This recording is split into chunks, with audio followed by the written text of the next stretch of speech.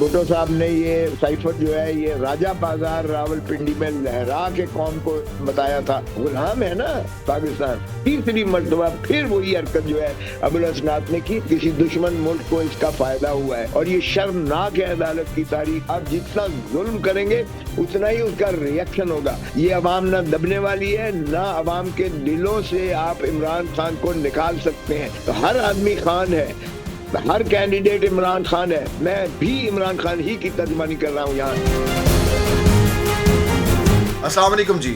Cipher case, Imran Khan और शाह महमूद कुरैशी को 10 साल की सजा सुना दी गई। इसी से रिलेटेड आज हमें ज्वाइन किया है लतीफ खोसा साहब। अस्सलाम वालेकुम सर, कैसे हैं आप? ठीक हैं सर। मुझे ये बताएं कि ये साइफर बेसिकली है क्या? कि साइफर है क्या ये समझने की बात है। यानी भुट्टो को भी हेनरी किसिंगर ने कहा था कि एटम बम बनाना बंद कर दो वरना तो मैं इबरत का निशान बनाएंगे हम। और भुट्टो साहब ने ये साइफर जो है ये राजा बाजार रावलपिंडी में लहरा के कौम को बताया था कि ये देखो पाकिस्तान को और मुझे धमकी मिल रही है। और फिर कौम की एक लबैक उन्हें आई थी कि नहीं, हमें एटम बम बनाना चाहिए। अब भी अगर इमरान खान ने, हमने यानी हेनरी किसिंगर को कुछ नहीं कहा, हमने अमेरिका को कुछ नहीं कहा, लेकिन ज़ियाउल हक ने मौलवी मुश्ताक के साथ मिल के एक ऐसे जुल्फ़िकार अली भुट्टो को न सिर्फ अदालती कत्ल कर दिया बल्कि लहर में उतार दिया। तो ये हम गुलामी करते हैं। अब भी डोनाल्ड लू जो है एक एडिशनल सेक्रेटरी जो है साउथ एशियन अफेयर्स अमेरिका का, वो हमारे असद मजीद एम्बेसडर को वाशिंगटन में कहता है कि अगर इमरान खान को आप अदम एतमाद के जरिए चलता करेंगे वजारत उज़्मा से तो अमेरिका आपको माफ कर देगा। गुलाम है ना पाकिस्तान। तो ये फिर गुलामी करते हुए न सिर्फ इमरान खान को चलता किया वजारत उज़्मा से, बल्कि हमने कहा नहीं, यही इक्तफा नहीं करेंगे। हमने पाबा सलासल भी किया और हमने सजा भी कर दी। और ये सजा देखें कैसे होती है कि अब्दुल हसनात साहब जो जेल ट्रायल और सीक्रेटिव ट्रायल करते हैं 2 मरतबा अदालत आलिया की डिवीजन बेंच ने न सिर्फ उसको कलअदम करार दिया नोटिफिकेशंस को वफाकी हुकूमत के, बल्कि अबुल हसनात डेजिग्नेटेड जज साहब की तमाम कार्रवाई को कलअदम करार देके खत्म कर दिया। सर ये जो अबुल हसनात जज साहब ने आज फैसला सुनाया है इमरान खान और शाह महमूद कुरैशी को 10-10 साल की सजा जो सुनाई गई है, आपका मौक़िफ़ क्या है इसके ऊपर? तीसरी मर्तबा फिर वही हरकत जो है अबुल हसनात ने की और इस मर्तबा तो रिकॉर्ड तोड़ दिए उन्होंने।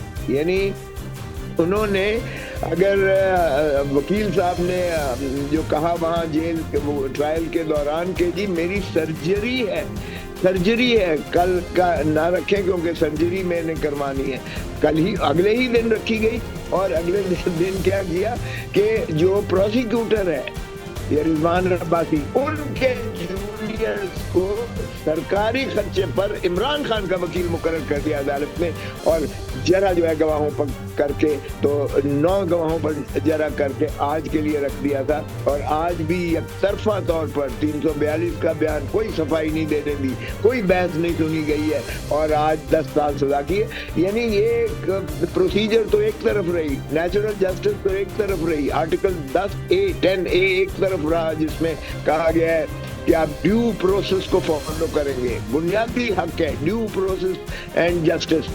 तो ना जस्टिस की गई है, ना ड्यू प्रोसेस अडॉप्ट किया गया है, ना इमरान खान को वकील रखने का मौका दिया गया है, ना इमरान खान के वकील को जरा करने की मौका दी गई है, ना इमरान खान को सफाई का मौका दिया गया है, ना इमरान खान को अपना मौक़िफ़ का बयान करने दिया गया, ना बहस करने दी। तो ऐसा फैसला दुनिया में किसी अदालत में चला जाए ये अपील में ये ठहर सकता ही नहीं है। तो इंशाअल्लाह हम अपील करेंगे इसकी और अपील में ये फैसला कलअदम करार देगा। उसी तरह मुतसव्वर होगा जिस तरह वो पहले फैसले को हमने जो है वो हाई कोर्ट में चैलेंज किया है, वो भी पढ़ने लायक है।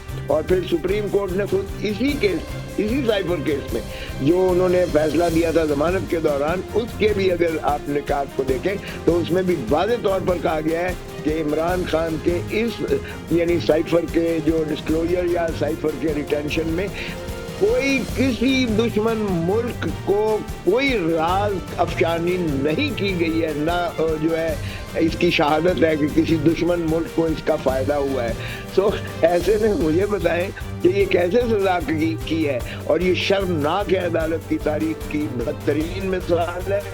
और मैं समझता हूँ कि ये जो वही शाखसाना है कि इमरान को, लेकिन इमरान को सजाएं करोगे उसका ग्राफ और बढ़ता चला जाएगा। आप जितना जुल्म करेंगे उतना ही उसका रिएक्शन होगा। ये अवाम ना दबने वाली है, ना अवाम के दिलों से आप इमरान खान को निकाल सकते हैं। वैसे भी हमने देखा कि पाकिस्तान की हिस्ट्री में जब भी किसी बड़े लीडर को सजा दी जाती है तो उसके ऊपर रिएक्शन आता है। तो आज जो आज सजा दे दी गई है साइफर केस के ऊपर इमरान खान और शाह महमूद कुरैशी को, तो पीटीआई का क्या रिएक्शन है इसके ऊपर? पीटीआई के वर्कर जब सड़कों पर निकलेंगे, क्योंकि इमरान खान साहब ने ये बात जरूर कही है कि सबका फोकस सिर्फ 8 फरवरी 2024 के इलेक्शन की तरफ होना चाहिए।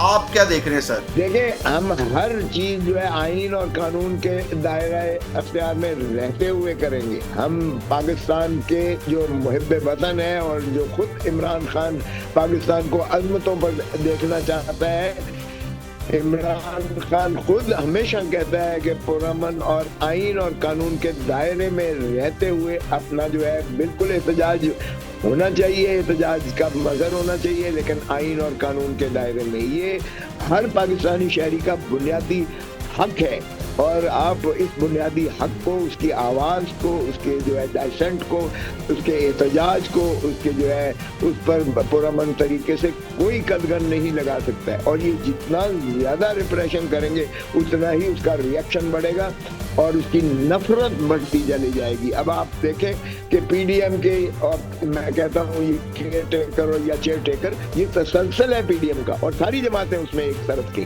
तो ये सारे, ये कोई बाजार में किसी अपने कैंपेन में, किसी हल्के में ये जा नहीं सकते हैं। लोग सिर्फ चोर नहीं है, इनके खिलाफ लोग ऐसे ऐसे नारे लगाते हैं कि ये यकीन करेंगे ये अपने इलाकों में नहीं जा सकते हैं। तो हमें तो कैंपेन ये खुद कर रहे हैं। जब ये इस तरह के हमारे खिलाफ कार्रवाइयाँ खान के खिलाफ करते हैं तो हर आदमी खान है, हर कैंडिडेट इमरान खान है। मैं भी इमरान खान ही की तर्जमानी कर रहा हूँ यहाँ। अगर NA-122 से के का सिंबल मैंने लिया ही, के से खान बनता है, किंग खान बनता है, के से खोसा बनता है। ये इमरान खान की नशिस्त है, लोग इमरान खान को वोट देंगे। मुझे कोई गलतफहमी नहीं है कि मुझे वोट पड़ेगा। ये इमरान खान का वोट है और इमरान खान को लोग जिताएंगे, और इमरान खान लोगों की दिलों की धड़कन है, आप इनके दिल से, दिमाग से नहीं निकाल सकते हैं। वैसे तो सर आपकी साइफर केस के बाद तोशा खाना के ऊपर भी बड़ी गहरी नजर है। तोशा खाना केस जो इमरान खान के ऊपर चल रहा है, आप उसको कैसे देख रहे हैं? यकीन करें कि 3.5 अरब का इन्होंने जो है वो इवैल्यूएशन करवा ली। एक UAE के एक मिडिल पास बंदे से भेज कर एम्बेसी थे, और उसकी 3.5 अरब जो है वो उन्होंने उस ज्वेलरी की, ग्राफ ज्वेलरी की असेसमेंट इवैल्यूएशन करवा ली, जो यानी जो 90 करोड़ के कितने की थी उसकी 3.5 अरब करवा दी। और जब एक क्रॉस एग्जामिनेशन हुई तो इस तरह से वो गिरा जिसकी कोई हद नहीं है कि भाई आपने ज्वेलरी देखी थी, नहीं देखी थी, आपने किस चीज पर इवैल्यूएशन की थी? एक तस्वीर पर की।